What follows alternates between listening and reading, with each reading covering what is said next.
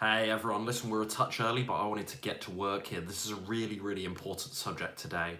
I want to speak to you guys about how to manage your cravings. Cravings, one of the number one reasons why people fail to actually sustain weight loss results, stay on track with healthy eating, and really sort of mind corrupting behavior, isn't it? Cravings, or at least succumbing to cravings. It really, really is. They really do feel overwhelming, and when we're being subjected to them, I suppose, they do feel like something that is totally uncontrollable, totally irresistible. And today I want to sort of break that stigma and show you that you can indeed become a person that doesn't just say no to cravings when they arise, but also limit them from arising in the first instance as well, because that is absolutely something that both scientifically and certainly anecdotally based on my experience is, and that's both losing weight myself and as a coach, is possible. And if you're just running into me for the first time today, my name's Ryan Adams from naturalweightlossmastery.com.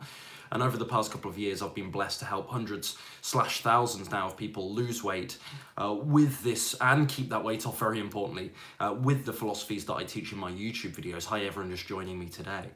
So, this is something that I have been thinking about an awful lot. This is something that is certainly a huge part of my experience with weight loss and throughout my entire life as it pertains to my food choices. This is something, of course, that I'm thinking about with my clients and whatnot. And really one of those subjects that, it is hard to tackle. And mostly when you go and look online for information on cravings, you get like 5 tips to deal with cravings, 5 tips to crush your cravings. And some of them are so namby-pamby, guys. Some of them are so, I think, not useless bits of information, but not really quality information that you guys can go in action. I think they're sort of unrealistic parameters, and I think many of them don't jump to the root cause of the problem. So in today's talk, I want to help you get to the root cause of your cravings and really start, I suppose, in a very deep-rooted fashion, fixing them so you can actually get control of this for life. Not just have a couple of little tactics. I'm going to give you these tactics, but not just have a few little tactics for addressing the symptoms, but rather delve into the root cause and why you are really plagued, perhaps, right now by cravings. And interestingly, I did a post, and let me know, guys, let me just pull the stream up here on my desktop. Let me know, guys, if you can hear me okay. Let's just get this camera sorted because you're a bit high up. So let me bring this down, bear with me a mo. Technical difficulties. How's that? A little better, I hope. Hey Robin, welcome. So thank you for everyone joining me today. From that brief opening, no doubt you've got somewhat of an idea about where we're gonna go with today's talk. And I really just wanna stress the importance of this idea that we can get to the bottom of this, and that this doesn't have to be something that you're always battling with, because that is most certainly my story. So if you're not familiar with me, I've lost 40 or so pounds over the past couple of years. I lost 25 pounds in the first 3 months of my sort of plant-based journey, if you will, and then sort of it's come off a little bit more slowly. And even to this day, guys, I still get feelings. I still get feelings that drive me towards eating certain poor foods. I absolutely do. Sometimes I give in to those. Sometimes I give in to those cravings. So I want you to know that whilst I'm trying to lay out the foundation, the fundamentals, and this sort of blueprint for how you guys can fix your cravings today, still something that's going to affect you, still something that affects me. You can't escape the sort of reptilian biology that sometimes sort of clicks in sometimes, that's so hardwired in human behavior. You can't escape that. So I don't want to set you any sort of utopian beliefs that you're going to magically free yourself from this or anything like that. So interestingly, actually, I did a little poll on my YouTube channel last night where I said, listen, how's this lockdown affecting your food choices and whatnot? Are they better as a result of the lockdown? Are your nutrition choices better as a result of the lockdown, or are they worse? And actually, quite a large amount, I think, this was more than I was expecting, 47% of you said you feel better, you feel that your nutrition choices rather are better right now as a result of the lockdown. 53% said worse. And actually that was a higher portion than I thought. And maybe you could argue that this is somewhat of an echo chamber because of what I do in my audience, and that doesn't necessarily reflect the mainstream. But I think that's really, really good. I think that's really, really good, and that's really promising to see. Guys, if you've got any questions, drop them in the chat. I promise I'll get them to you right now, but I'm so intent on delivering the information that I want to deliver here to really help you unlock your cravings that I'm going to do that first before I turn my attention to any of your questions. Hopefully you feel that's fair. And so we're just going to jump into it here. First question that I'm often asked not often asked, but I think needs clearing up on this is, what is a craving? Because people often think that when they have a certain affliction for a food, or maybe an addiction to a certain food, that is a craving, or that when they have a feeling to eat and they have some physical hunger, that's a negative craving as well. And I just want to, that might sound like a rudimentary sort of a couple of examples there, but I just want to break down what a craving actually is, and quite obviously to many of you, but I do want to spell it out. It's an intense desire to consume a specific food, and the key there being the word specific, or maybe a specific set of foods. For some people it's like bread, for some people maybe we could turn this to beverages as well, like alcohol, wine, beer, or something like that. So it isn't to be conflated with physical hunger. It is absolutely not the same as physical hunger. A craving is very, very mental. It's very, very emotional. And we're going to come on to a bit of an asterisk a bit later on that statement, but generally it's very much emotional. So one thing you have to start doing, and honestly, it's always my first piece of advice on these sorts of subjects, is you must distinguish right now between physical and emotional hunger, and realize how they are different, and start to really draw a clear line in your mind about how they are different. So for those that don't know, there's a couple of different ways, a couple of different signposts that will tell you if a craving you have is a physical one or an emotional one. So when you feel hunger, is it physical? Is it a sign of genuine hunger that your body needs nutrition? It requires nutrients. Or is it emotional? Is it stemming from the mind, and therefore likely, not always, but likely, it's not going to be a smart move? Number one, when it's physical, it feels very, very bodily. We get the hunger pangs, we get the growling of the stomach. Maybe we feel a little bit fatigued, maybe a little bit lethargic. These are classic signs of physical hunger, very obvious, tangible, bodily signs of physical hunger. Emotional hunger is very, very mental. It exists in the mind, okay? It's sort of an intoxicating thought, and one that we can't, when it's going on, really escape, or we don't feel at least like we can escape. So first one is to think about whether, next time you have a craving, to think about whether it feels bodily or whether it feels mental. Hard to do at the time. But again, when people get cravings, they're not going through this analysis. So I feel like this is a really important point. Number two, slow building. Physical hunger is slow building. It builds up over hours and hours throughout the course of the day. Whereas emotional hunger, it comes on fast and it feels extremely overwhelming, almost like the analogy I give for it, an itch that needs scratching. You cannot wait. You almost cannot, you don't feel like you can actually continue with your day until you've got it out the way, which is really, really bizarre, isn't it? But physical hunger tends to be a lot more slow building comparatively. Emotional hunger, an emotional craving, tends to be like this, really, really fast, the flick of a switch, so to speak. And finally, this is another good way to distinguish between the two.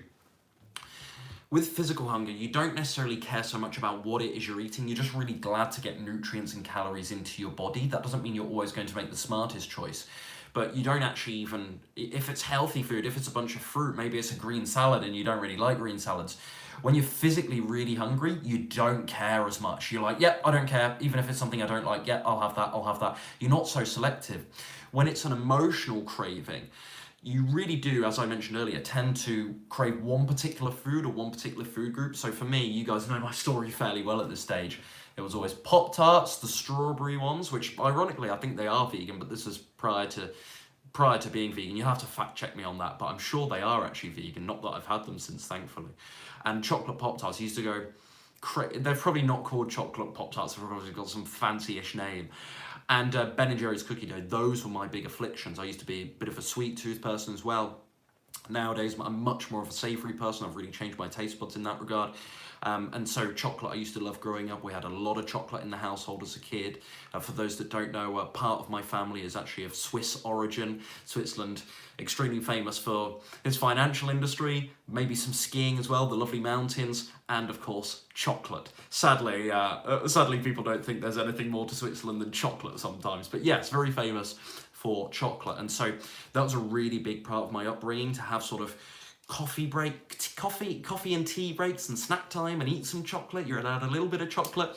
And actually, on the whole, I'm really, really pleased with my upbringing nutritionally. It wasn't as bad as it could have been. But yeah, there were these little self-justifications for naughty treats here and there. And so that growing up for me, chocolate was a really big thing. So I could quite obviously now look back, I can quite obviously now look back and say, wow, all those times I was craving chocolate, it wasn't physical hunger, it was emotional, and I probably knew that at the time. But it's really important to make these distinctions. So when it's an emotional craving, again, you really get selective about what it is. There's one particular food that's on your mind. There's one. Now, even when I went vegan, shortly after, and I cleaned up my diet an awful lot, I still made mistakes, and I've been very open and transparent about this, and those mistakes now are the least they've ever been. I've got better and better at dealing with cravings, better and better at dealing with emotional eating, quite obviously, otherwise I wouldn't have been able to lose weight as successfully as I have. But even when I went vegan, I did make a bunch of progress. There were still things plaguing me, and one of them was like Oreo biscuits and bourbon biscuits, these quite kind of like really rubbish-filled, sort of somewhat chocolatey but very sweet biscuits, cookies, if you will, for my friends across the pond. And so, yeah, bourbon biscuits and Oreos, they used to really get me, and I could still, even if it was really infrequent, I could still like nail half a packet or a whole packet. Not now, but that was something I was doing up until maybe even 18 months ago. I was still doing things like that, and I've really got a hold of it. And then I remember I went a bit crazy when I realised that Cooperative's donuts were vegan as well several years ago, and I used to actually go and get, sometimes every now and again, a whole packet of donuts, and I'd maybe give one to a friend and I'd nail the rest. Really, really bad. And so again, these were really infrequent, and I had it in control much, much better than several years ago when I was a big boredom eater in my student days. But you know, these things still affected me, and I remember at that time, it wasn't no other food could do it for me. It was those exact foods. It was bourbon biscuits, or it was Oreo. Like, once I had my mind set on something, like, there was nothing else that could do it. And even if I had something else, I was like, no, I won't be happy. I won't be able to get this out of my mind. I won't be able to clear my mind until I've had the bourbon or the Oreo or the packet of donuts, right? Seriously, crazy. And so that's a real classic sign of an emotional craving. You crave one particular food versus physical hunger, where you're not so selective. You're just happy for the nutrients, happy for the calories.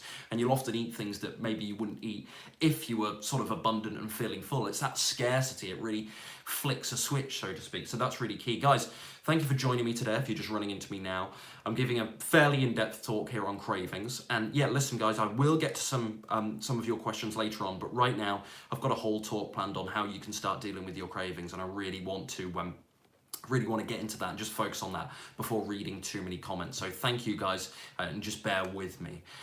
Because we're going to get into it here. So first key, if you're just joining, in understanding and dealing with cravings, is to know the difference between physical and emotional hunger. So number one, how can we tell this? Couple of signs. Number one, bodily versus mental. So physical hunger tends to be very bodily. The hunger pangs, we get perhaps some drowsiness, some lethargy, maybe feeling a little fatigued. We get the irritable stomach and whatnot. The growling stomach. And emotional hunger tends to be very mental, so it doesn't seem to be so tangible. It doesn't seem to be so physical. It really is something that's happening mentally. Now, there is some sort of there are biochemical things happening there. So actually, I'm not being, if I was to be really pedantic on this, I could say, well, emotional hunger can still be bodily as well, because there is a chemical release and so on, and we'll get into all that later on. But generally, emotional hunger tends to exist in the mind versus being bodily.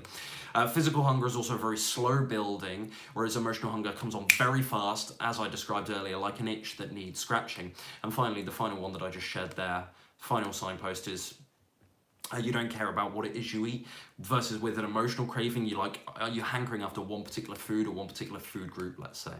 So that's the first key. Second thing I want to share with you is the 3D formula: delay, distract, and decide. Delay, distract, and decide. Guys, I've built a whole worksheet around the 3D formula. So what I'm going to do is allow you to get this free of charge. This is called my Coping with Cravings worksheet. Some of you have already taken action on this because I posted on Instagram earlier. But if you haven't and you'd like a copy, there's two ways you can get this from me. Well, there's only one way. I'm going to email it to you, but there's two ways to get in touch with me. One is DM me on Instagram if that's easier for you. If you're not following me on Instagram right now, how very dare you? My Instagram is @RyanAdamsUK. Hit me up there. Or drop me an email. Here's the long address. Ryan Adams, get your pens ready. Ryan Adams @naturalweightlossmastery.com. You probably could have guessed it. Ryan Adams @naturalweightlossmastery.com. But that's one hell of an email address, excuse my language. That's a long old bunch of characters there. And so, yeah, hit me up and I'll send you a copy of that. And that worksheet is based around the 3D formula, guys. So just delay, distract, decide. So number one, delay.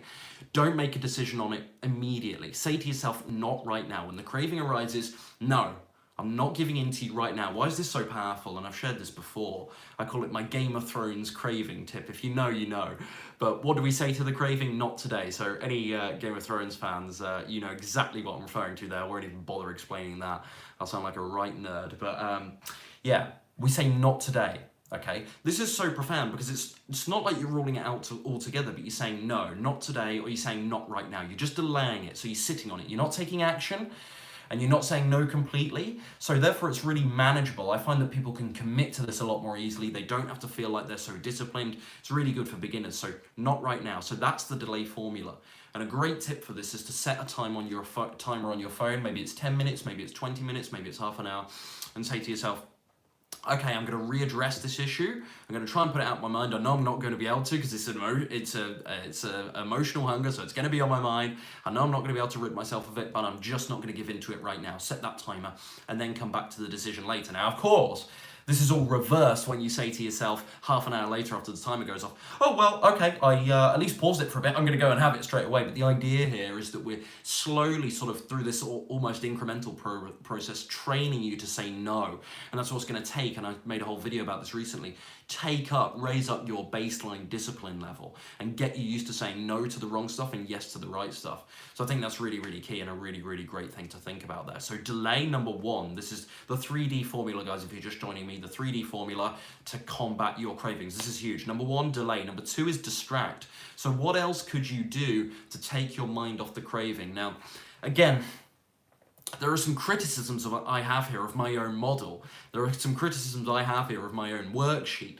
One of them is that sometimes by playing all these little games, you're still not addressing the problem, which is for you to just be cool with the craving and just accept it and not give into it and just be cool and just take it on the chin, right? That would be the goal. That would be ideal, wouldn't it? But I know that's not really, you know, that's for more advanced folk, I think, with these mental and emotional issues as it pertains to weight loss and nutrition and just mastery in general, because there's all sorts here you can tie into other areas of life too. Of course, you might be thinking about that yourself. But anyway, slight tangent, but an important one. But to distract, yeah, I hope you can see where my criticism will be here, because you're still not, you know, if you're distracting yourself, it's still a suggestion that you can't just be cool in the moment and you can't just deal with the craving in the moment, which is the ideal scenario, right? But anyway, so that's my criticism of the 3D formula. Maybe I shouldn't be sharing that, but just being honest. But yeah, what can you distract yourself with? Is it meditation? Is it walk? Is it exercise? Is it talking to a friend?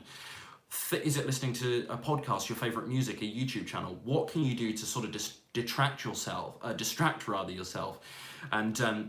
just not give in to that craving? What can you do to take your mind off it?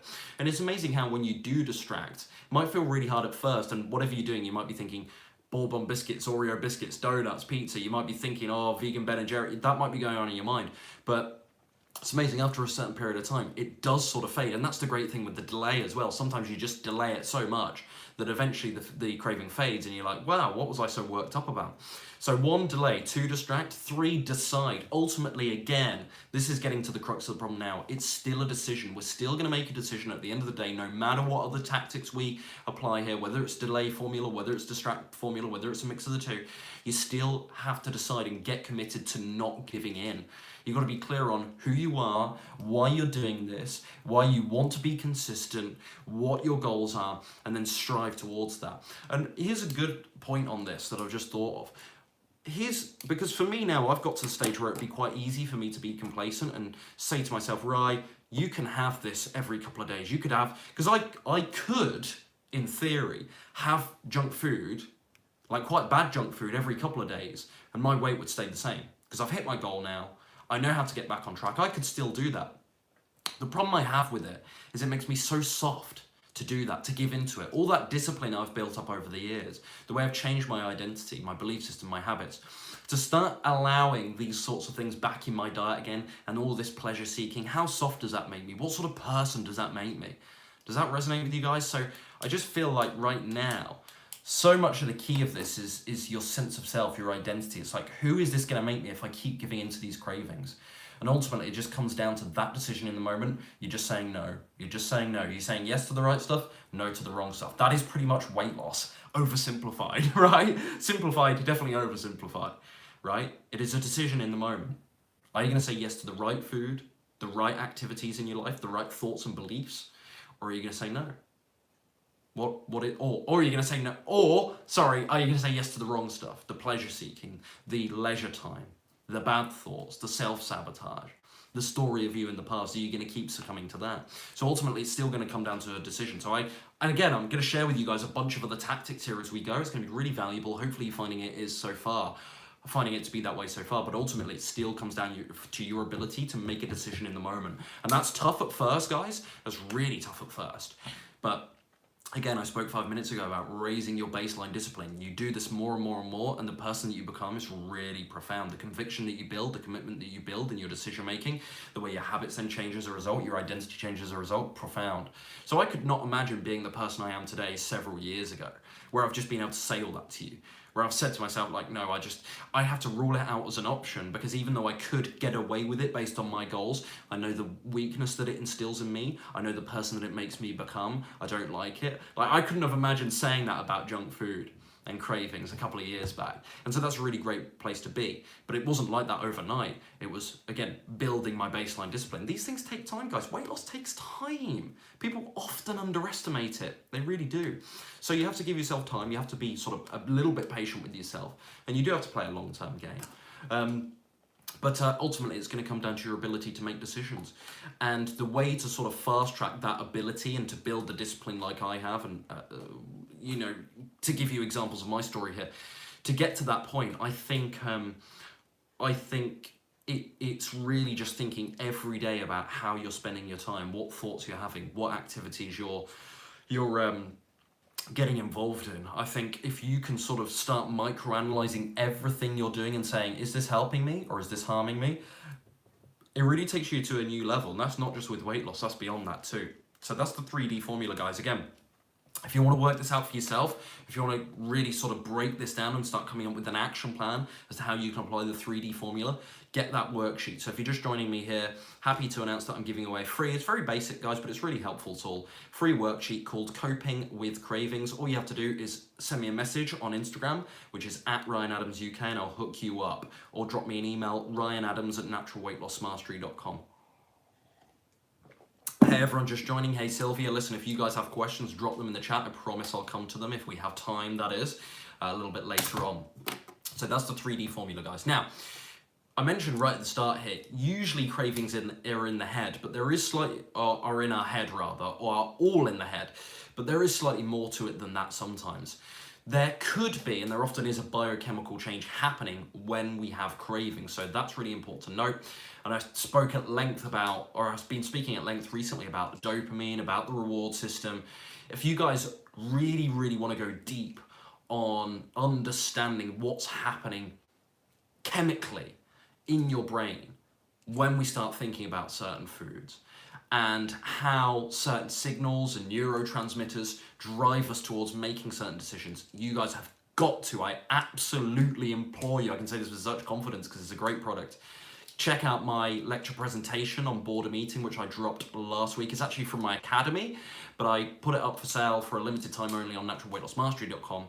It was really, really popular. A load of people booked it, a load of people ordered it, but I actually took it down again because I didn't want it to be up forever. It's not the most professional product in the world. It's great information, but it's not the most fancy and slick product. And so I took it down again, but loads of you have been asking about it again. And then some of you who actually ordered it in the first round said, right, this is absolutely amazing. So I was like, right, I've got to get this up for my focus again. So again, you can get this really cheap right now at naturalweightlossmastery.com.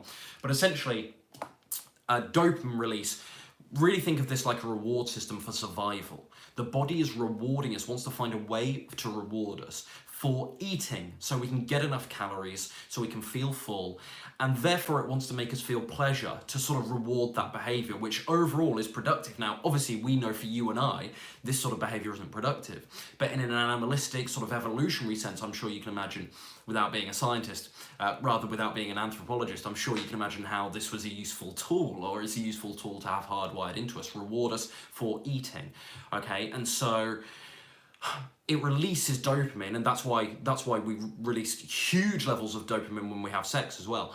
And so when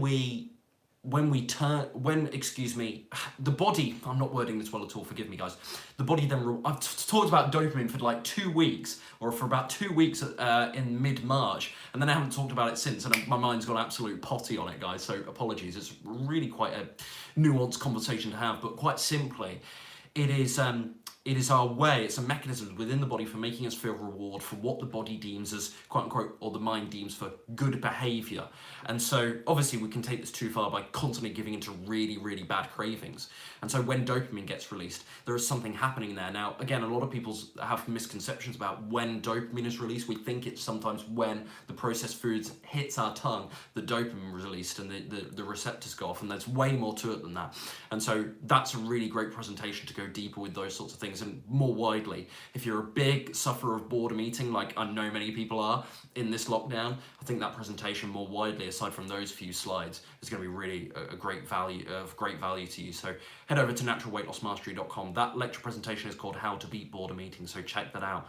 But I want you to know that whilst earlier on I said usually cravings are very much all in the head, there is slightly more to it than that. There's a huge asterisk on the end of that. There is something happening biochemically.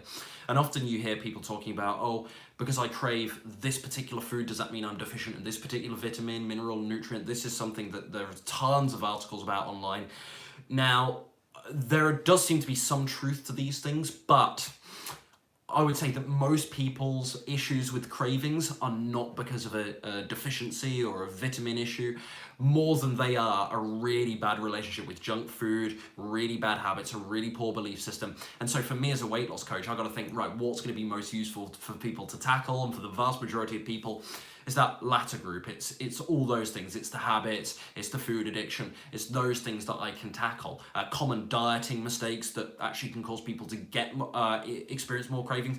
Many people actually say this, when they make efforts to lose weight, they actually develop a worse relationship with cravings and actually develop more food addictions as a result of dieting. And there's many common mistakes, and I'm going to come to those a little bit later on too.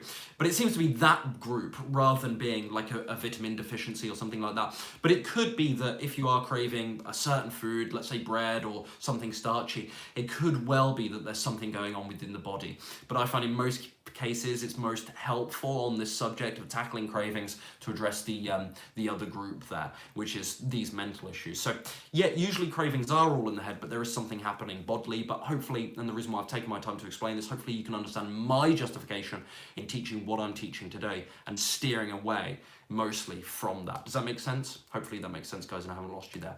Listen, so much of success with cravings is going to come from your proclivity to identify patterns and trends here.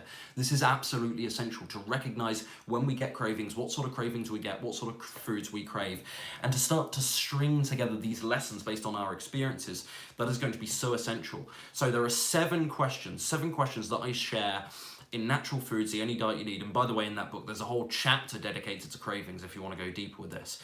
But 7 questions that are going to help you start to put together these patterns and trends and then reap these lessons from your experiences and take those forward with you. Number 1 is what sort of food you crave. Listen, I've shared mine. Back in the day, it was Pop-Tarts and Ben & Jerry's, lots of chocolate as well, had a huge sweet tooth. You guys know about my Domino's pizza nights as well as a student. Even then, after I went vegan and had a bunch of success, I still would occasionally succumb to biscuits and cookies and that sort of thing. I mentioned Bourbons, I mentioned Oreos and so on, okay? What sort of foods do you personally crave the most? Really important. Now, most of us know this, but there's a difference between knowing this and actually putting it down on paper and actually seeing that and actually really thinking about that. And sometimes it can be quite illuminating. It's like, oh yeah, that thing really is a weakness for me. I really do have a bad relationship with this particular food. Really getting it down on paper, guys, can really help. So that's number 1. Number 2, are there particular environments where you get cravings? Is it place of work? Is it with certain groups of friends or family members? Maybe it's celebrations when you get together. That's a common one. Christmas, Easter's coming up right now, but of course, there's a huge exception this year where perhaps people aren't getting together quite so much, with everything that's going on right now. Holiday, vacation, and so on. Maybe it's certain, there are certain activities. Oh no, excuse me. I'm getting ahead of myself. That might be a little bit later one. But there are certain activities when we go to the theatre, when we go to the cinema. Do we like to snack on something when we watch a movie? So what particular environments do you get cravings? Start making a list of this right now. And again, like, these are things that we think we know. It sounds really basic. A lot of people hear my advice on this and they just don't take action because they don't see the value in it. They don't find like it's a magic pill or a really like quality. It doesn't sound like a really quality and decent bit of advice, this, does it? To ask you, okay, what particular environments do you get craving? Like, people are just like, oh, that's basic. I want give me the magic pill to fix my give me the magic pill solution. It's like, no. When you start writing this stuff down, you're like, oh, bah, bah, bah, bah. You have all of these epiphanies. It's amazing. You start stringing everything together. You start seeing your behavior. You start being able to come away from it and view yourself way more objectively when you put it down on paper and when you do exercises like this. That's why the Coping with Cravings worksheet, I know, is going to be so useful for you people, because although it seems, for many of you, although it seems very basic, when you start putting it on paper, you start identifying the patterns and the trends, and you're like, whoa, okay, I didn't I knew this, but I didn't know this. I knew this, but I didn't fully realize this. This wasn't on the forefront of my mind, and now it is. I can better combat this. So that's really big. Number 3, do you experience cravings at certain times of the day? The big one is 3 to 4 p.m., right? We've had the lunch a couple of hours ago. The vending machine at work is calling us. Maybe it's a Saturday afternoon, like, what's going on here? A little bit bored, stuck around the house, of course, with everything that's going on right now. Are there certain times of the day when you experience cravings? If so, when? Write that down. Really important, guys. If you are taking notes doing this, respect you. I know you people that are doing that are going to be likely to be the most successful with this sort of stuff, because it's one thing watching these videos and whatnot, it's another thing actually taking lessons from them, and note-taking can really help with that. So well done to you if you're doing that. Question number 4. Do you get cravings when you feel a certain way? And which feelings? Stress, anxiety, boredom we've spoken a lot about, loneliness, fear, happiness, excitement, celebration. Again, a lot of people using food as a reward after maybe a busy or successful productive week. It's like, how can I celebrate? Food can help us celebrate. So it doesn't always have to be a negative experience, but those are common ones. A lot of people, they're using food as a tool to numb or suppress or even enhance certain feelings and emotions. So whatever it is for you, write these down. And you'll start to string together trends here. Like with the previous question as well, it's like, okay, often with this one, it's often when I'm stressed, okay. Oh, that's funny. Number 2, number 2, which was, are there particular environments where you get cravings? I put work. Maybe am I getting quite a lot of stress at work right now? Is this causing me to be stressed? This project I'm working. You start being forced to think about these things, which ordinarily you might not be thinking. You probably have some idea of, but maybe not that in depth. So yeah, is it stress? Is it boredom? Is it anxiety? Again, boredom was the big one for me, guys. Is it loneliness? Right? A lot of people they're sitting at home alone and they're like, I mean, that ties into boredom a little bit.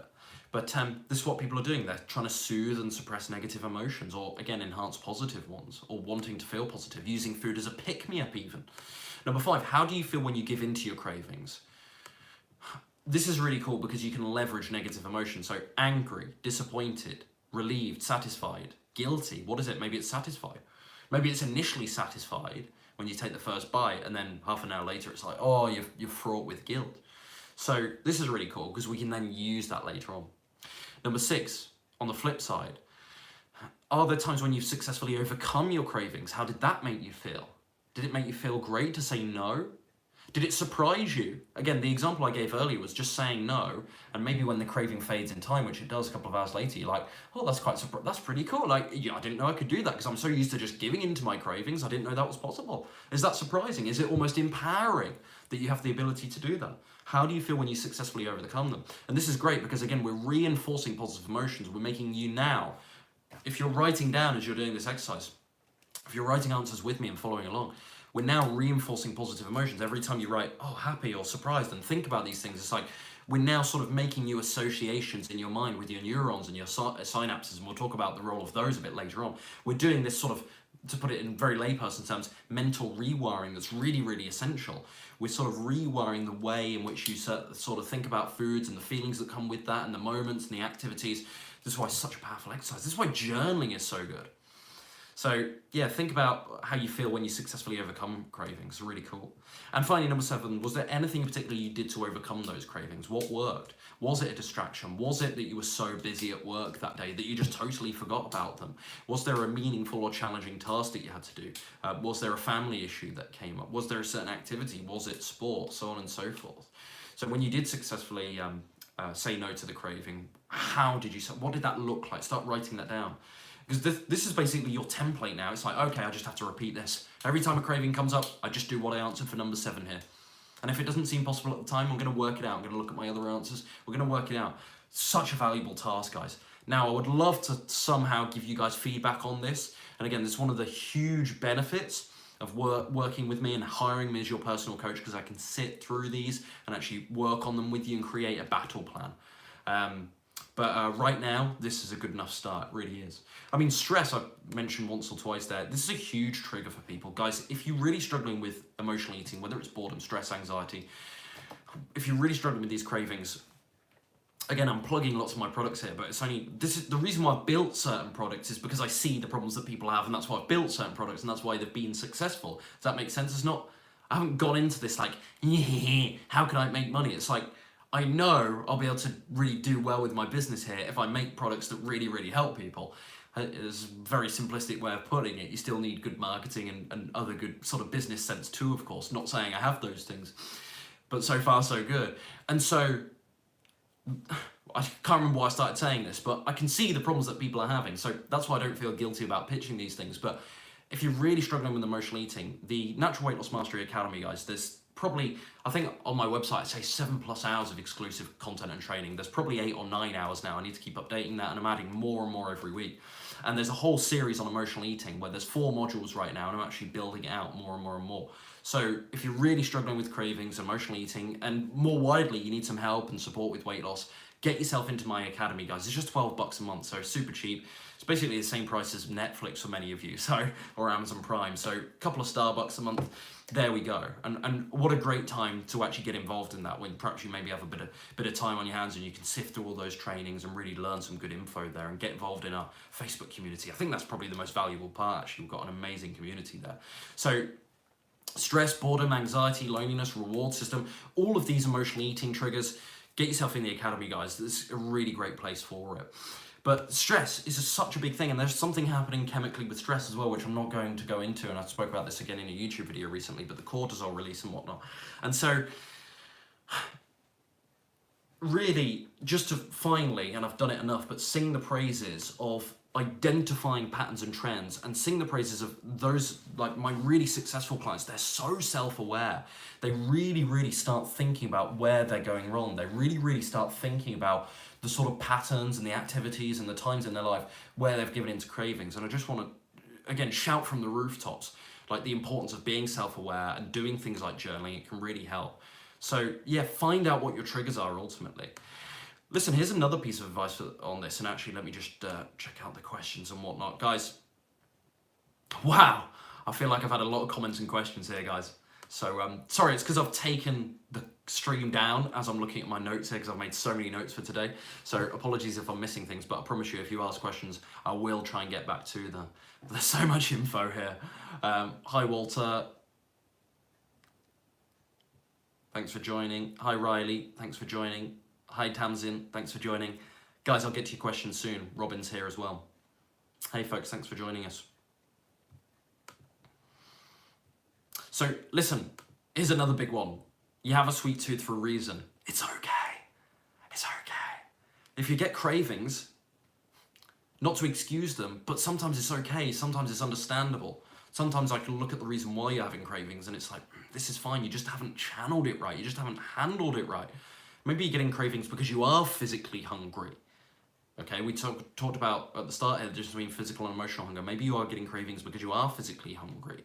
Okay, maybe there's a certain macronutrient you're missing in your diet. And believe you me, we'll get to all that stuff a bit later, so bear with me, guys, if you're curious. But it's okay. And you have a sweet tooth for a reason as well. Because this is a big thing for years. I was like, oh, I felt so bad for that sweet tooth. It's just that I wasn't channeling it right. I was doing chocolate and Pop-Tarts and cookie dough, right? I wasn't doing it right. I wasn't channeling it right. And actually, always growing up, I loved fruit. Always growing up, I loved fruit. But I sort of forgot that in my teenage years. And when I went to uni, I didn't have as much of it as I think I needed in hindsight. So here's a brief sort of subsection from the Cravings chapter in Natural Food's the Only Diet You Need, which is my first weight loss book. Just a short excerpt, guys. Most weight loss hopefuls are under the impression that they need to ignore their cravings for sweet food altogether. I'm of the opinion that we have a sweet tooth for a reason.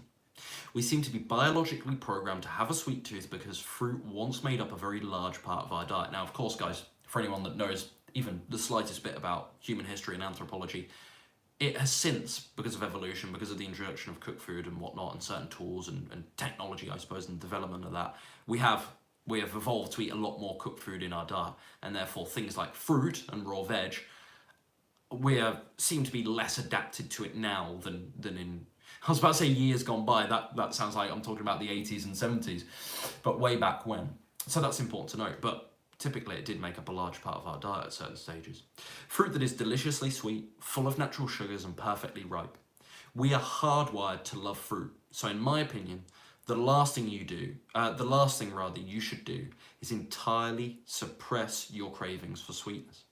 So just ensure that instead of filling your stomach with fizzy drinks, candy, cookies, eat plenty of fruit.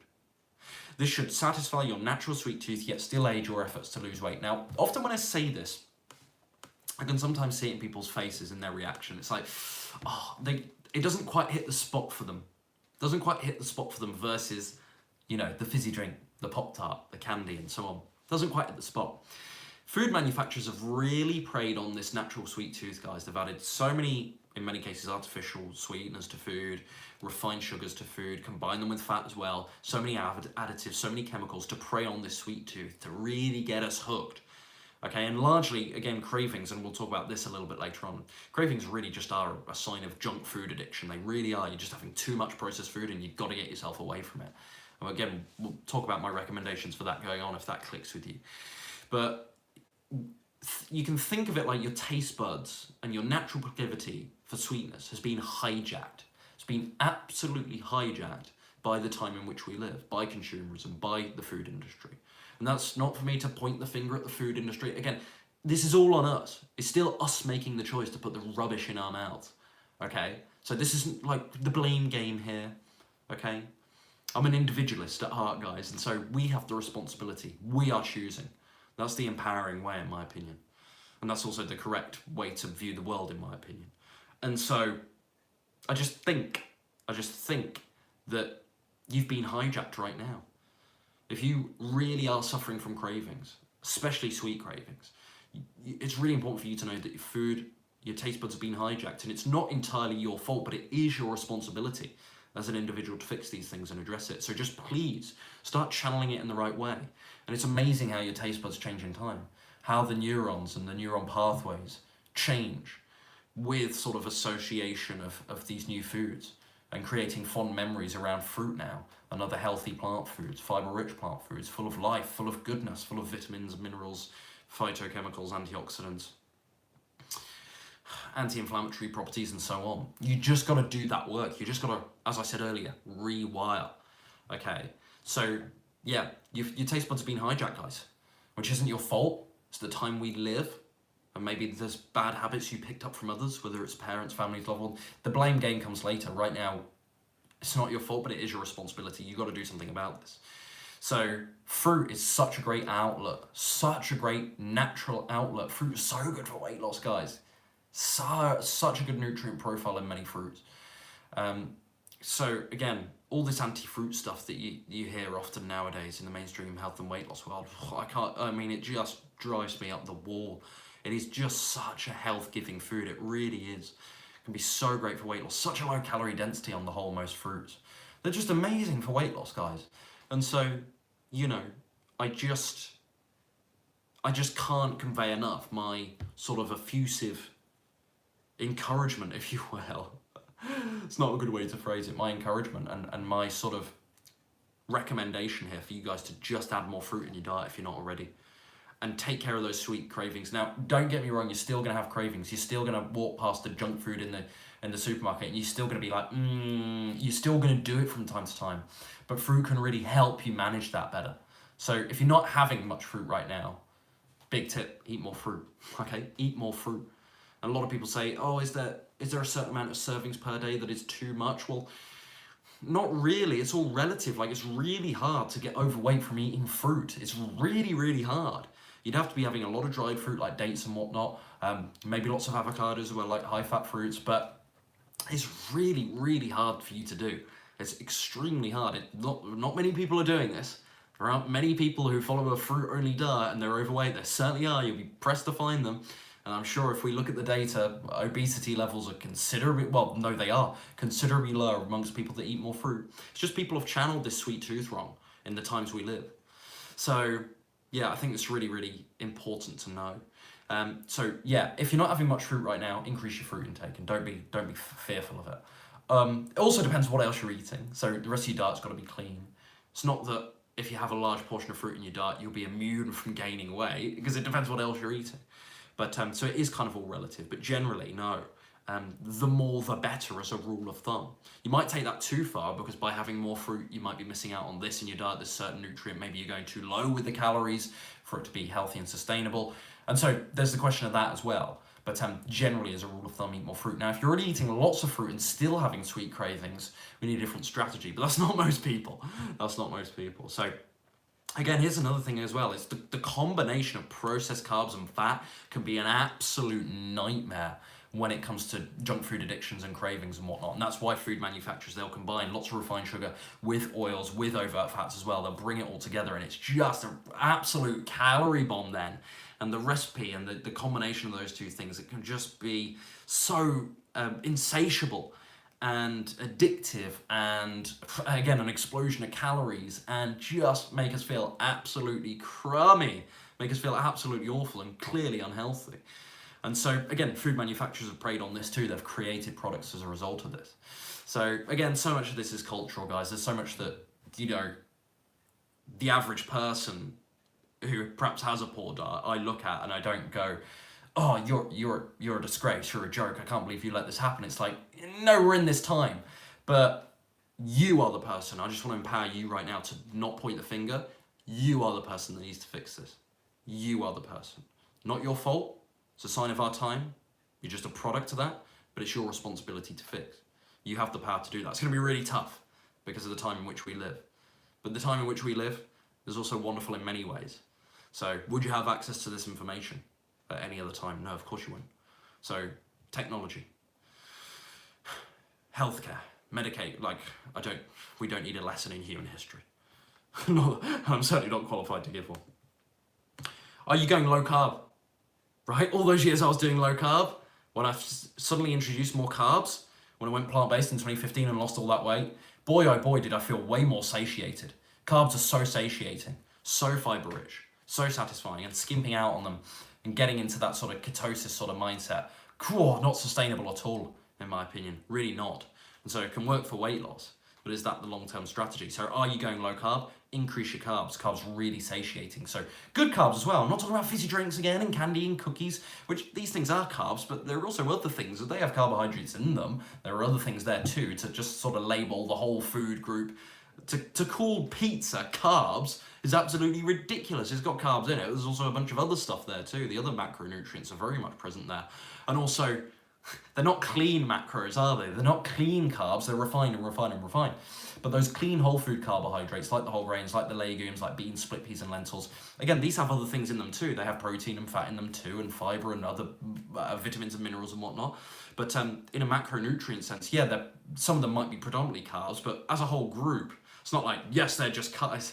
I hate that sort of binary black and white analysis that people do. It drives me up the wall. I get why people do it, because they need sort of actionable bite-sized information, don't they, to go and learn and to go and execute. So I get it, but it drives me up the wall. It's like, all carbs are bad. It's like, well, what do you mean by carbs? Do you mean foods that are predominantly carbs? Do you mean just carbs themselves in foods and it's those things that are bad, but the other things in foods are okay? Like, what do you mean? And then when we're talking about actual carbohydrates like starches and sugars, what exact foods it drives me up the wall, guys. Because even in like the sort of carbohydrate group, if you will, even in the clean carbohydrate group, there are some carbs that are still better than others for weight loss. There are some that maybe have a greater amount of nutrients, a greater diversity of nutrients than others, right? Buckwheat is significantly better in my experience for weight loss than brown rice. Does that mean brown rice is bad for weight loss? No, I'm always eating brown rice. I always recommend brown rice. It's amazing. But if we're to like look at the real sort of minutiae of this, we can sort of rank order the different whole grains as well, even though they're all excellent on the whole. And so, you know, it's like, what do we mean by carbs? But anyway, that's just my little rant as a bit of a side tangent there. But are you going low carb? To increase your carb intake can really help. Another big one, don't let yourself go hungry. And that's why I love this diet so much.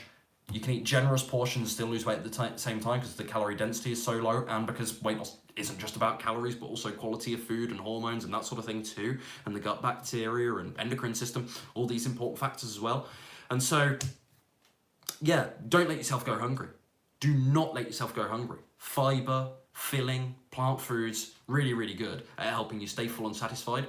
Now, again, you can be really full and you can still get emotional cravings. You can still have a mental sort of draw, an irresistible desire for food that exists here, and you can be full. So that's still possible, but in my experience, it's way less likely. So when you're full and satisfied, a common tip you'll hear, which I actually agree with from many sort of in the mainstream health and weight loss world, from many like BuzzFeed bloggers and whatnot, is don't go to the grocery store when you're hungry. And that's one that I do agree with. When you're full and when you're satisfied, it does seem like you sort of tick that box and you do sort of succumb to temptation less. You do, in my experience. And so, again, that's the importance as well. It's not just being full, it's being full with the right foods, nutritionally satisfying foods, like the whole grains, like the fruits, like the vegetables, and so on, like some nuts and seeds as well.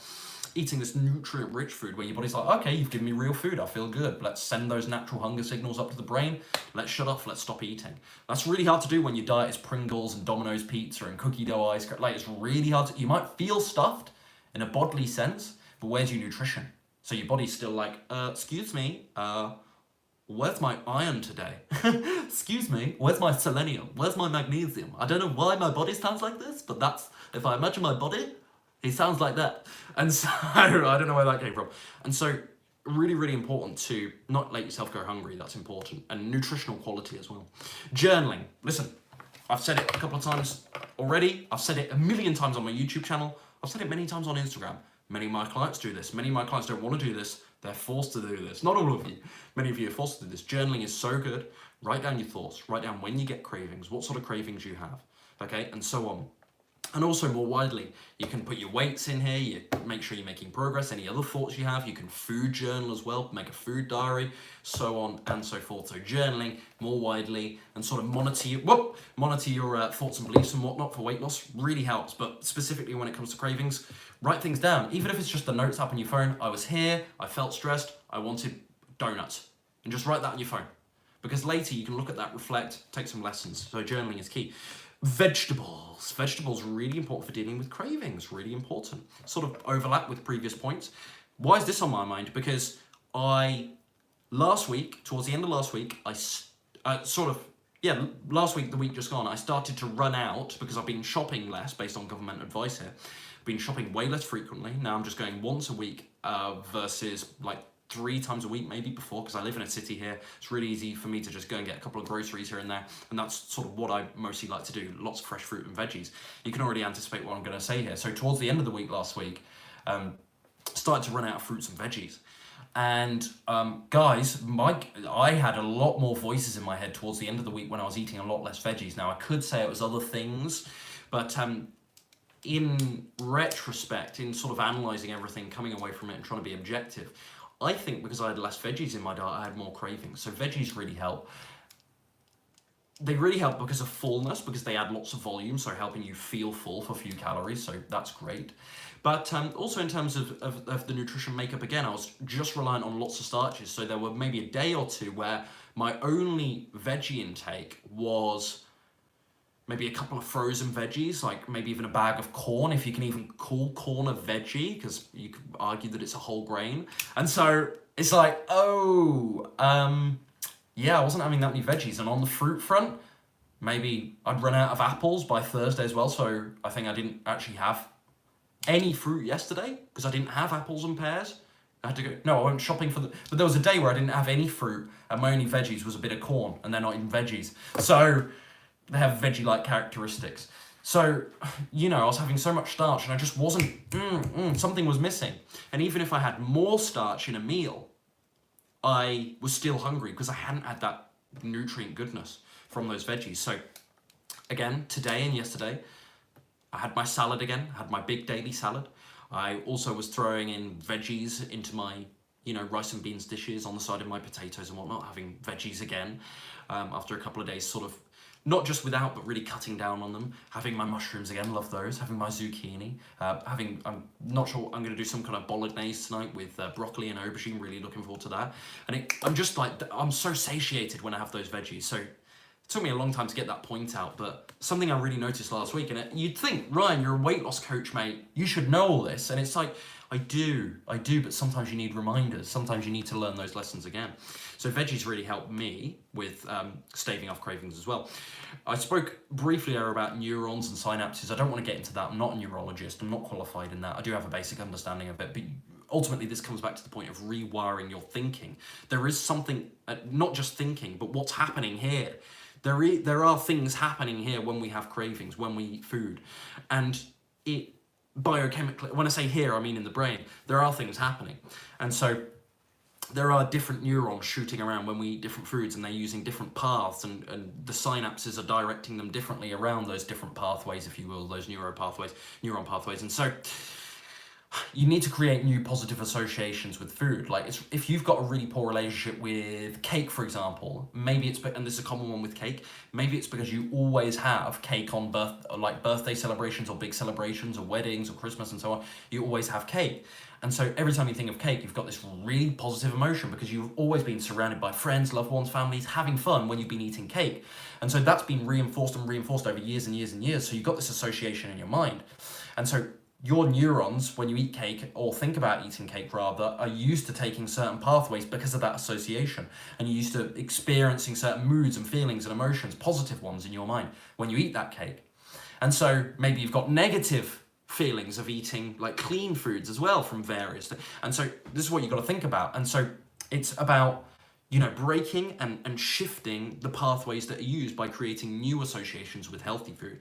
Not going to go into that too much. Hopefully that's just a basic overview.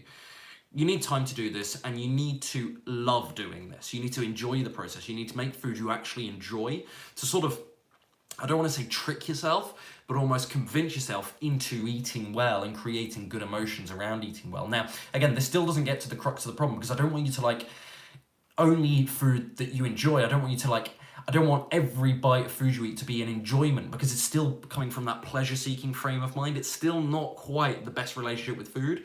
But objectively, if we can take you from eating a bunch of junk to eating a bunch of clean food, and you still enjoy eating that clean food and take pleasure from that, that's a massive step in the right direction. You can change these things. But ultimately, just so you know, my goal with all of my clients is to get them to a point where they still can enjoy the taste of food, but it's sort of indifference. Like, they have such a healthy relationship with food now that it's not like, oh, I can't wait for my delicious rice and beans. I enjoy rice and beans, but it's not coming from a pleasure-seeking frame anymore. I enjoy rice and beans because it's good for me.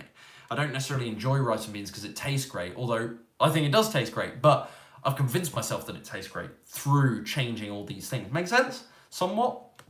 A little more protein. A lot of plant-based dieters, they're going low on the protein because so many of these plant foods are rich in carbs, and many of them are rich in protein as well. But just by virtue of what they're eating, a lot of people are missing out on protein. Also, there's a lot of people of a plant-based vegan veggie nature who have realized how much protein has been overhyped in sort of the mainstream health world, just culture generally, not even in the health world. And so when they've gone vegan or plant-based or whatever, they're like, no, I know I don't need to be that worried about protein. And I really, really agree with that. But one thing that can really help with satiety is just to increase your protein slightly. So try that, tofu, tempeh, beans. Just switch a few things here and there. Maybe take your protein up by 10, 15 grams a day. See if that helps. Avoid getting crazily hungry in the first place. Don't skip meals. Stick rather to a set structure with your eating. And therefore you can avoid getting to that point where it's like, You've put your lunch off until 2:30 p.m. because of a project you're doing at work or because of something you got carried away with, and you're just absolutely ravenous, and you're way more likely to give into something naughty and get that massive hit of calories. Because again, that's what your body is craving when it's like massive hit of calories. So avoid getting crazy hungry, and you can just be more controlled with your decisions and less emotional about it. Listen, if you've got junk food addiction, consider the 12 steps. I mean, again, this isn't my domain, but I'm not telling you to do the 12 steps, I'm just telling you to consider it, because it can be treated like any other addiction. Slightly different patterns and stories, but overall, sort of similar behavior that's happening there with all addiction. So maybe you look at something like the 12 steps and use that as your model. So do a bit of Googling on that. I'm not saying you have to turn up to the groups and do the program and whatnot. But listen, a lot of people, their problem right now with cravings is they just have an addiction. They have an addiction to certain processed foods, and you've got to find ways to get out of that. Sleep is really important as well, guys. Like, my cravings are a lot more prevalent when I'm lacking on sleep, which isn't often nowadays, but you know, I can even notice it if I go from 8.5 hours to, you know, one night, let's say I'm up doing work quite late and for some reason, or maybe I don't sleep that well, I only got 6 hours. Even with the 2-hour difference, I can sometimes know, yeah, I'm a little bit more hungry today. And it's not just hungry for the right foods either. So sleep's a big one. It's really important for your hormones as well. It's really important generally for health and weight loss and so on. Eat proper meals, right? A lot of people, they're just grazing throughout the day. They're incessantly snacking. They're never really satisfied. Sit down, make sure you're eating, I'm not saying don't snack, but make sure you're eating proper meals as your base. Get most of your calories from full, nutritious, well-balanced meals that actually tick that box, rather than just snacking throughout the day and never really hitting the spot and just going and going and going. So I've shared so much info here, guys. Going to get to your questions shortly, but I want to give you guys, because I've been all over the shop with this, if you found it useful, please let me know in the chat. But I want to give you 3 action steps to get started with right now. First one, you can guess it, get a hold of the Coping with Craving worksheet that I've just released free of charge, and start implementing the 3D formula. Remember the 3D formula earlier on? Delay, distract, and decide. That's the 3D formula. Get working on the Coping with Cravings worksheet, guys. How do you get one of these? If you're just joining now, send me a message on Instagram at RyanAdamsUK, or drop me an email, ryanadams@naturalweightlossmastery.com. That's ryanadams@naturalweightlossmastery.com. I'll hook you up with the worksheet. If you're watching this stream, you got in touch with me earlier, you mentioned that you want one of these, I'll get it to you soon. Don't you worry. Don't you worry. So we'll get that to you today, and you can start working on this. Really profound. Listen, it's a basic worksheet, but there's some really good thought-provoking stuff there, and it will start giving you an action plan, a template, some things to think about, some lessons to learn, a good picture to draw when it comes to dealing with cravings. So first of all, get that. So second action step, avoid the foods that you crave the most, right? If you've got a load of takeaway menus knocking around and you love pizza, and you've got a bunch of pizzerias on your takeaway menus, or you're a member of Deliveroo here in the UK or Uber Eats, delete that account. Get rid of those menus. Don't walk down that section of the grocery store. I know this sounds basic. I know this sounds super rudimentary. It doesn't mean it's not valuable. Doesn't mean it's not valuable. Stop putting it in front of you. Stop allowing the stimulus in. You got to get control of this.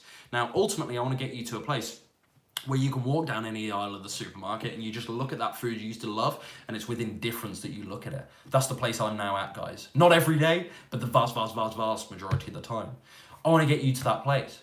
But to get you to that place, we're gonna have to do little things to trick you into conviction, to trick you into being strong. Okay? So yeah, you can develop willpower in time, but right now, let's take out your environment. Let's get rid of the junk food from your cupboards right now. Go and give them to someone. Right? I wouldn't just say throw them away. You can throw them away, but I don't like the waste aspect of that. Go and give them to someone. I don't want you to encourage other people to eat poorly, but I'd rather you go and give them to charity or people who aren't so well off. Just do something like that. Get them out of your environment, friend, family, whatever. Get them out of your environment. Avoid the foods you crave the most. It's so simple, but just avoid them.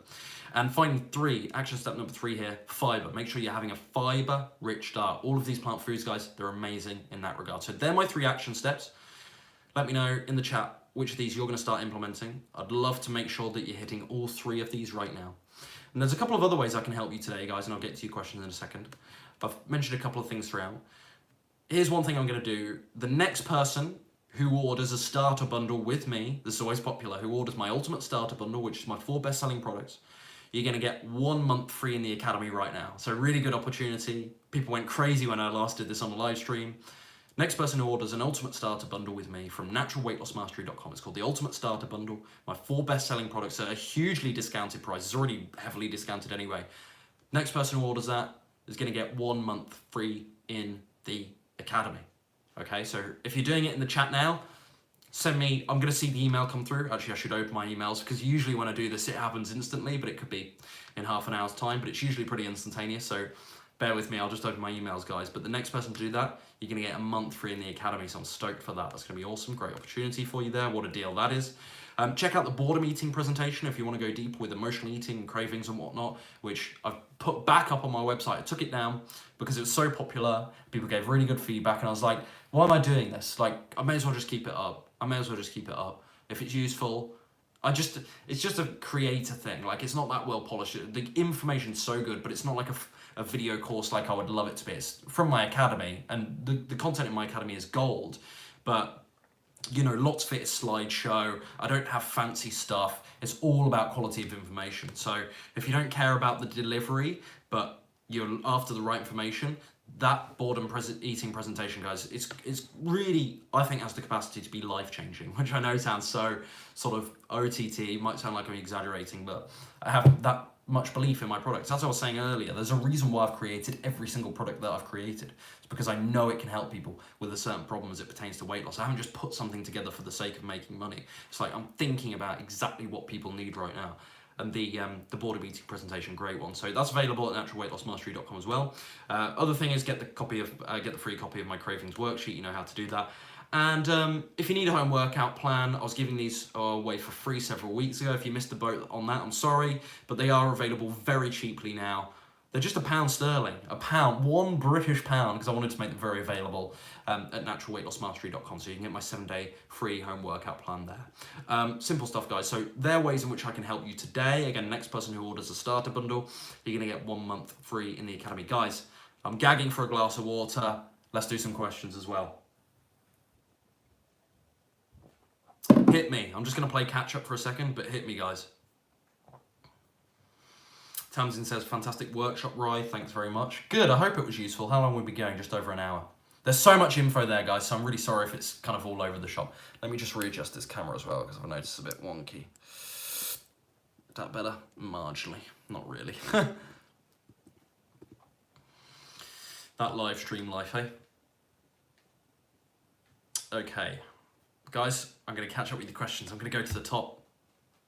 Sylvia says, what to do when I just crave potatoes?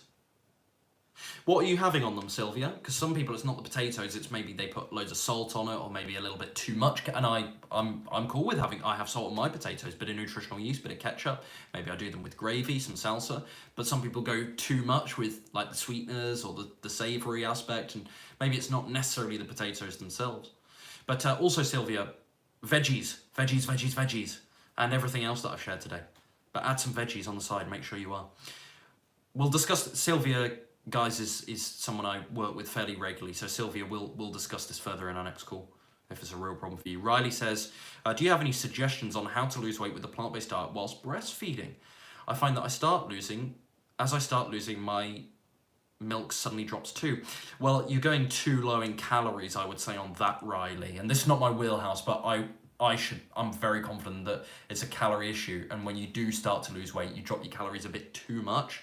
So just be mindful of that. Just eat a bit more and be okay with weight loss being a bit slower.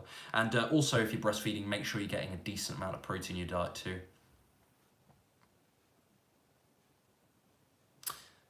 Yeah, some of you guys giving some great advice. Riley, you're already losing 500 calories from the feeding, so you need enough calories in the diet to lose weight. That's exactly what I just said. Good on you, whoever said that. I can't tell what your name is from your username. Straight edge vegan, but I'm guessing it's Annabelle.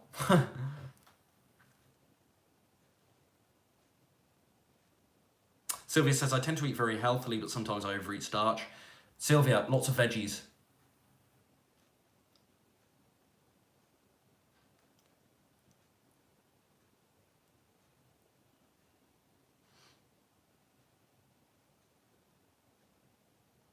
Walter says, you know, Ryan, man, after watching a few videos of the live wet markets from China, I'm going to go vegetarian. Thanks, buddy. Great, Walter. That's great.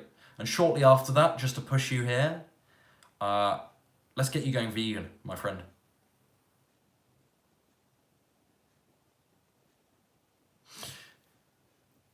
Straight edge vegan bell.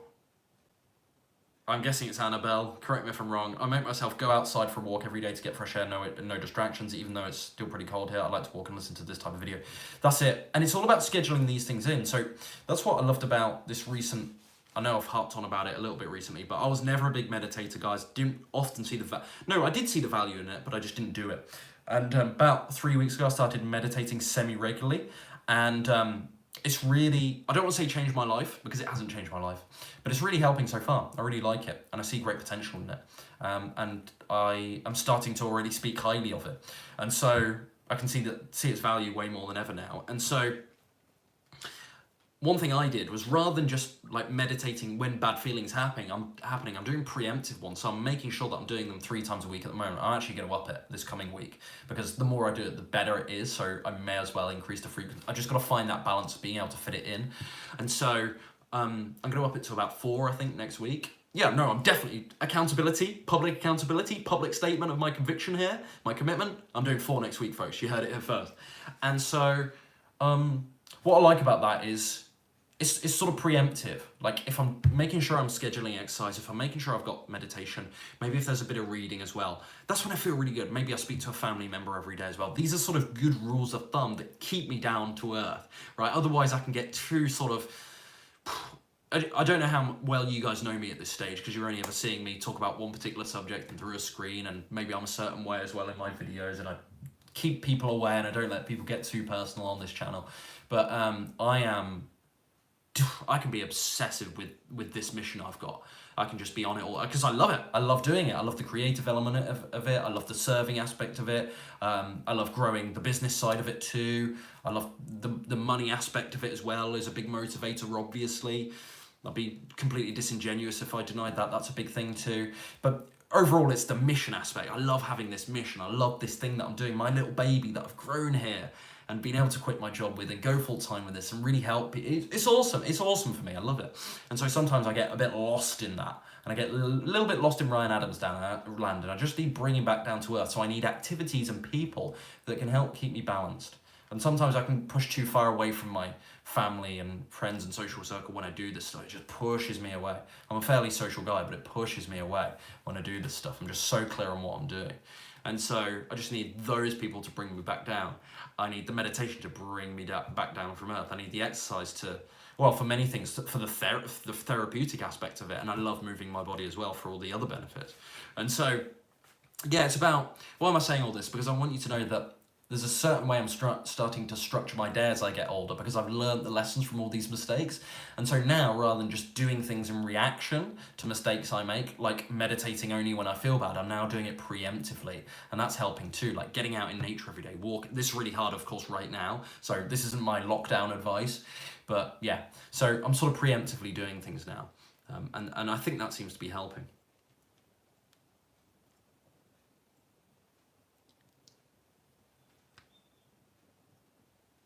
Sylvia says, just came back from a long walk, which was refreshing. Great. Robin says, eating my apple right now, satisfying my sweet cravings. Apple's really, really good. Really, really good for cravings. Tamsin, yes, but they have food conglomerates, very powerful hypnotic campaigns that create huge desires in all their advertising. Oh, that's with regards to, presumably, my brief rant about people pointing the finger. Yeah, I agree with you, Tamsin. It's not to deny that, but there's a certain point where the individual has to take responsibility for the food they're putting in their mouth. And I just think the only empowering way to do that is by you taking the mantle and assuming all ownership. I think that's the productive, powerful, empowering way to live your life. And it's the one that's also closest, no, I'm not going to say what I was going to say closest to reality, but I don't believe that, so I'm not going to say that. And there's, what the hell is reality? Excuse my language, but what the hell is reality? We're already adapted and fit to see certain things, so that's a whole nother conversation. But I do agree with you, Tamsin, but I think the onus is on the individual to fix these things. And sadly, we're born into a culture where junk food is rife, and where right now consumerism is definitely OTT. But I just think we have the power. And that's why I have that little statement, listen, perhaps it's not your fault right now for the food choices you've made in your life, but it's your responsibility to fix them right now. You better believe it. And if you believe anything other than that, if you're sitting and wagging your finger at Nestle right now, I can't help, I'm not going to help you. I'm not going to help you. I only work with people that are ready and willing to assume responsibility themselves and not blame anyone else. Not blame their parents, not blame the government, not blame this current time, not blame food manufacturers. So maybe I'm a bit one-sided on this, and when I say all this, it's not to say that food manufacturers aren't doing naughty things, and in many cases unethical things. It's not to say that, but I think believing that thought too much is not helpful at a certain stage to you, to the individual. Make sense? And that's where we have to be like, no, this is my thing to fix. Robin says, I turn on mute during food commercials. That's actually really good. Maybe you said that, Robin, on that point where I said, listen, get bad food out of your environment, which is my second action step. Avoid the foods you crave the most. Yeah, turn on mute on those commercials. Robin says, I'm amazed how after a large meal, everyone is stuffed. Oh no, the chat just jumped. But as soon as someone brings out the desserts, everyone stops being full and eats. Yeah, the dopamine in action, it absolutely is. Robin and I have been eating clean for a couple of weeks, but if some food came out, if some came and brought me cookies, I would crave them all day, but doing the actions Ryan talked about works. Today I would give them away. And Robin's actually one of my coaching clients, guys. So Robin, if I knew you did that, you'd be in serious trouble. You better believe it. You'd be in serious trouble, Robin. I say that half jokingly. You would be in trouble with me. And you know that. That's the great thing about accountability. Sylvia, thanks Ryan, it's very useful and empowering. Glad to hear it. Anthony, as a recently turned vegan, I'm now hitting an energy wall with my workouts. What do I do? Eat more food, dude! Anthony, it's often just a calorie issue. When you go plant-based, it's likely that you take your calories down.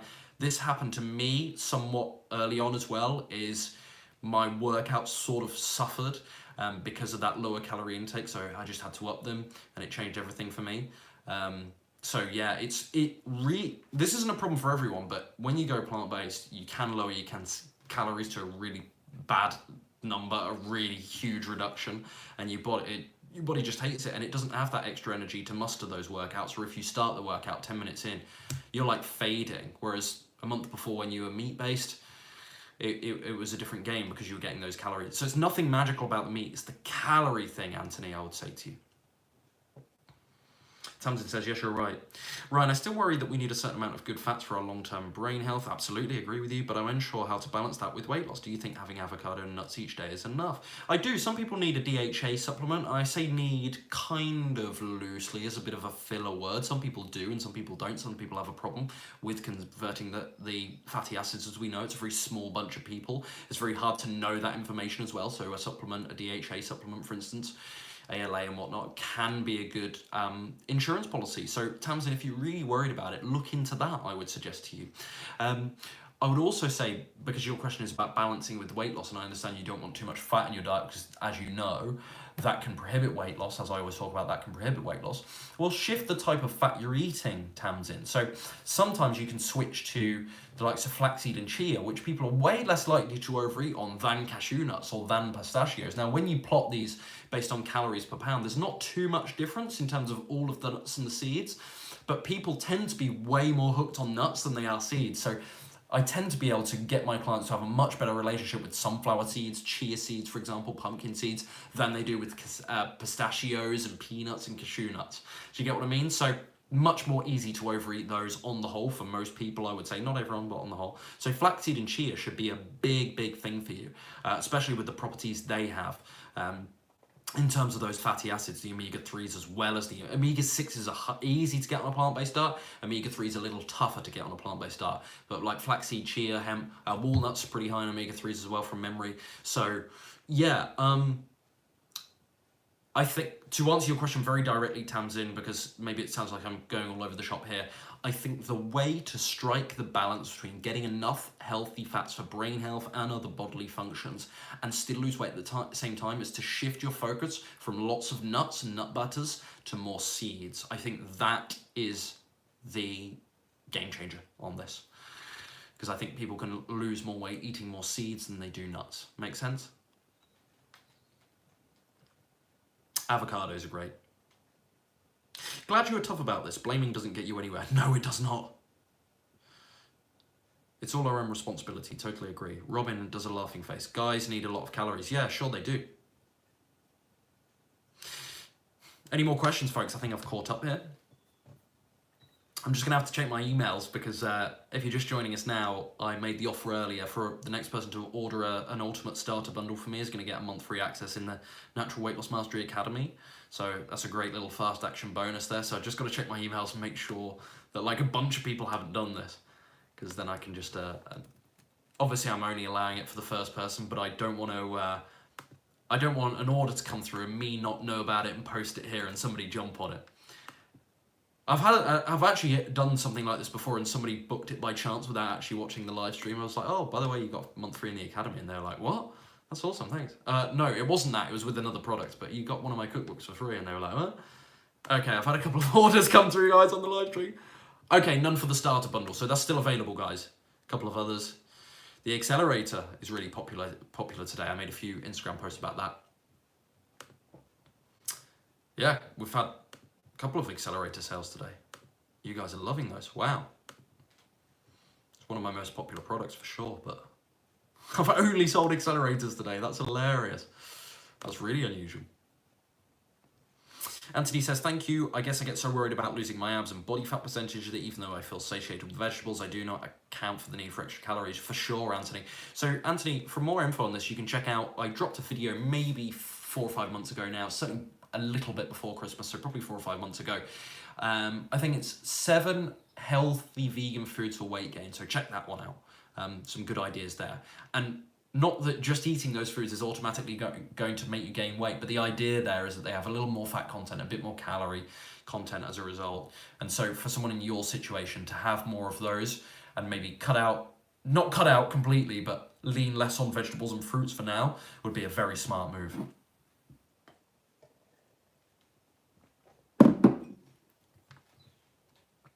So did you guys find all that craving chat useful? Seems like you really did overall. For anyone just joining, don't worry, you're going to be able to rewatch. I'm going to keep this up now.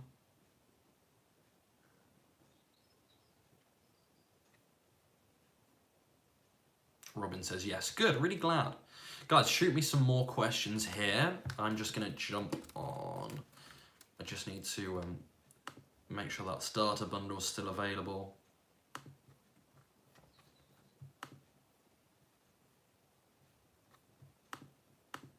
There we go. Bunch of client emails to respond to. How is everyone, by the way? Is everyone well and safe? I hope you're all dealing with this situation in the best you can. I hope your friends and family, loved ones are all safe. I hope your professional situations are right. I've spoken to a couple of people, sadly, recently, a couple of my audience members who have lost jobs and whatnot, so I'm super sorry to hear that. And I hope you're getting the support you need, and also hope you're coming up with a plan for what to do about that.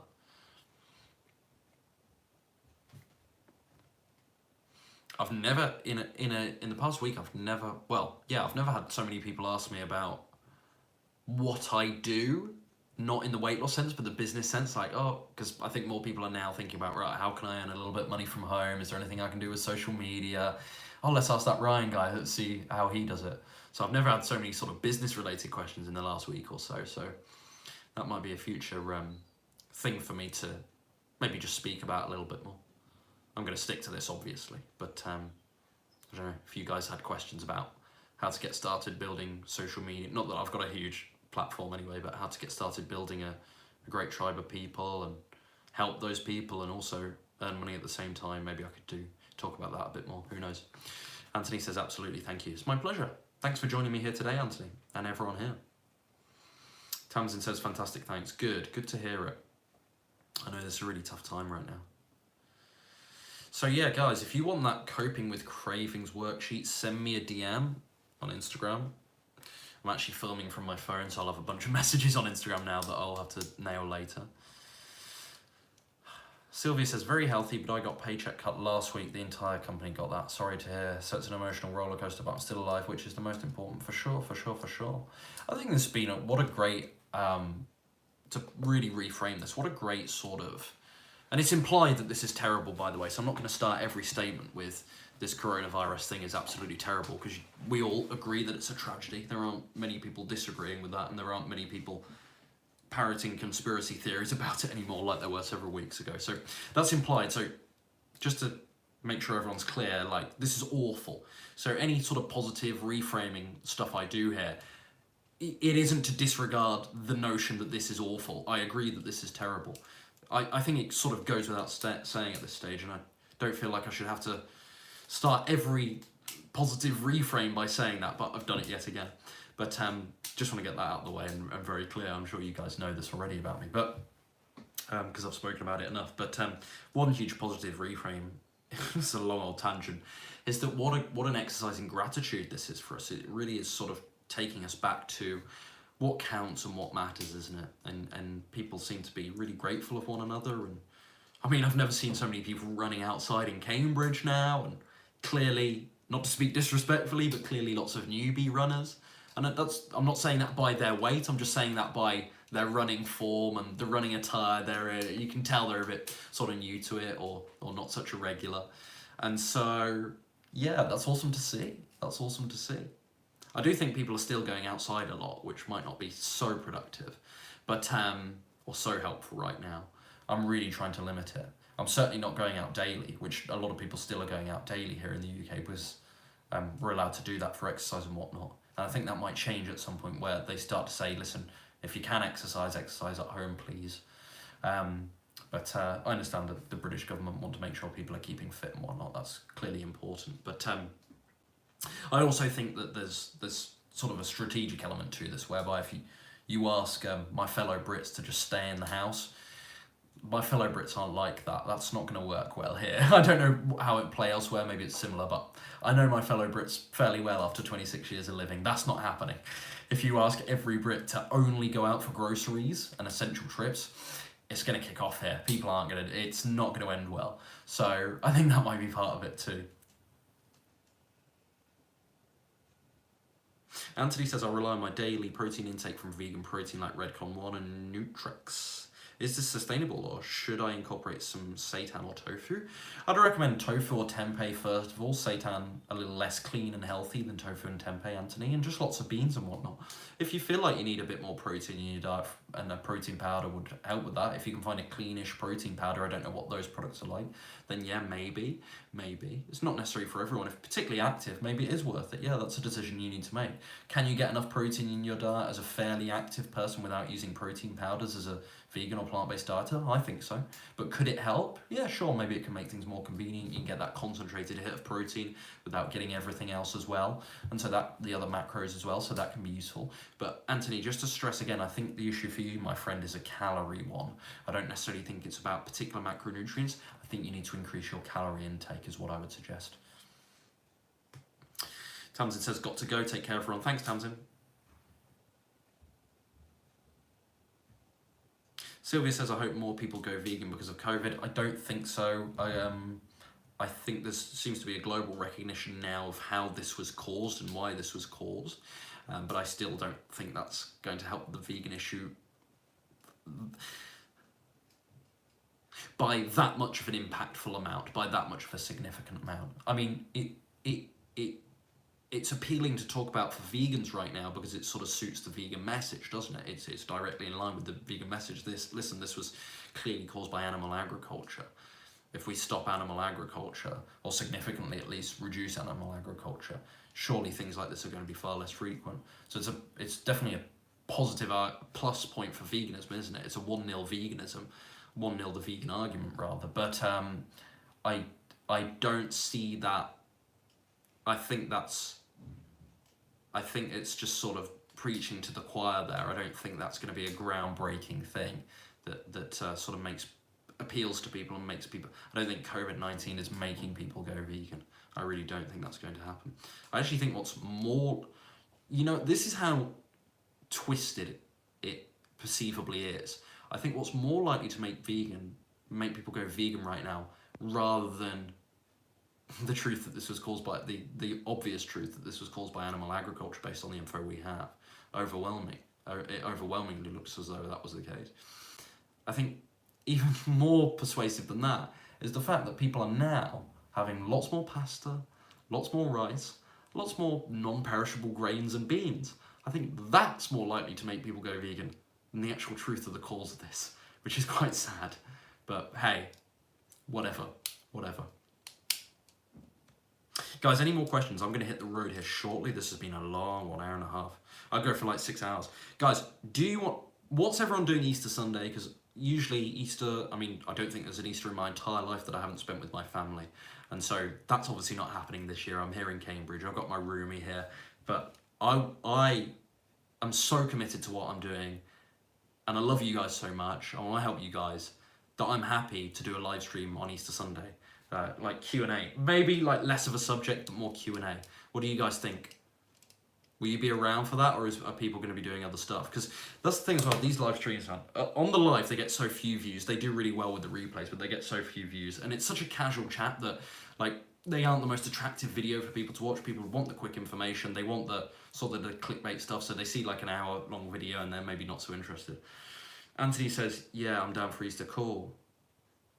Anyone else around? I think I'll probably do it regardless. I sort of made my mind up several days ago that I'd do an epic one on Easter Sunday. I could even make it like a mukbang. I might even have a vegan Easter egg, guys.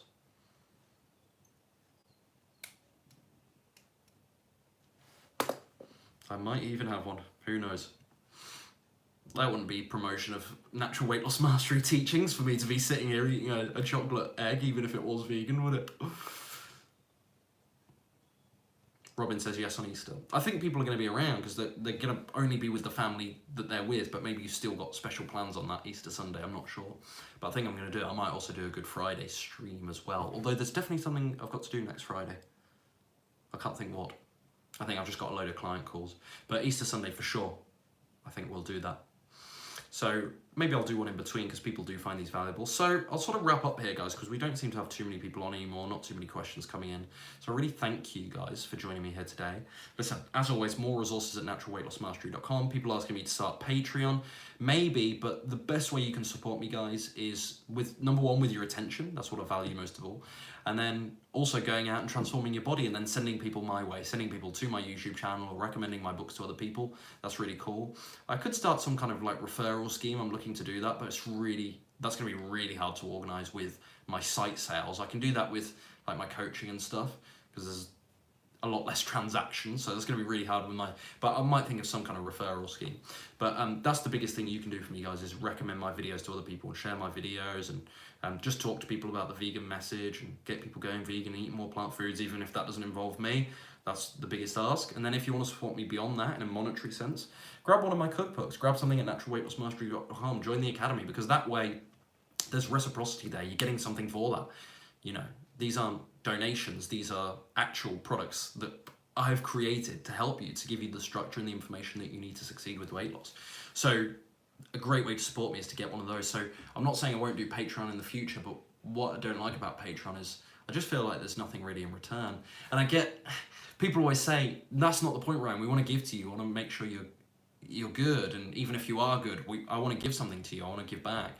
And I don't need anything. So that's really nice. And so I can't really think of an argument against that, but I don't know. So that's why I've steered away from it. So yeah, if you want to support me, naturalweightlossmastery.com, guys. Pick up one of my cookbooks. Vegan Winter Warmers is so cheap right now. I just put a discount on that. So that's so cheap right now, guys, because it's sort of coming to the end of winter. So I thought I'd just put a quick discount on this. Not going to sell quite so many of these through the summer, and then it'll be crazy again in October, November time. That's my most recent cookbook. Love that one. People seem to love it. So my other cookbook is Help I'm Hooked on Plants, and I've got recipes everywhere. So I've got recipes in my accelerator in Natural Foods, the Only Diet You Need as well. So they're everywhere, but those are my main two digital cookbooks anyway.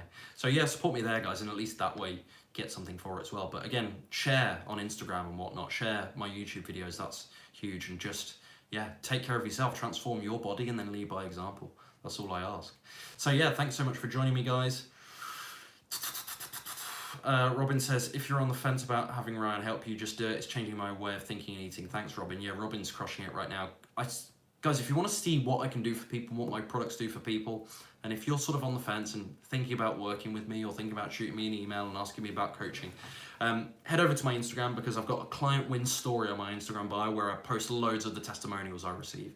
So you'll see some before and after photos there and just the results that people have got. And it's just by way of sort of, you know, my credibility, and I want those to speak as my qualifications. I want those to speak of the work I do here rather than these videos. If you guys can go and see that, and that's sort of social proof, and you guys see that how many people I'm helping with this, or how many people I'm aiding and assisting with my products and whatnot. I think that sort of speaks volumes. That speaks more than I can sort of sit here and say, okay, here's what I can do for you. That sort of stuff speaks for itself, so go and check that out.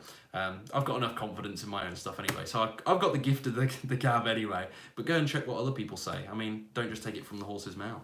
So I'm pretty transparent about who my clients are and sharing all their info. I don't divulge like names and contact details of those who don't want to be, and some people, they don't want their before and after photos shown everywhere, but some of you guys are crushing it. And Robin, you're crushing it right now, so proud of you. So thanks guys for your time today.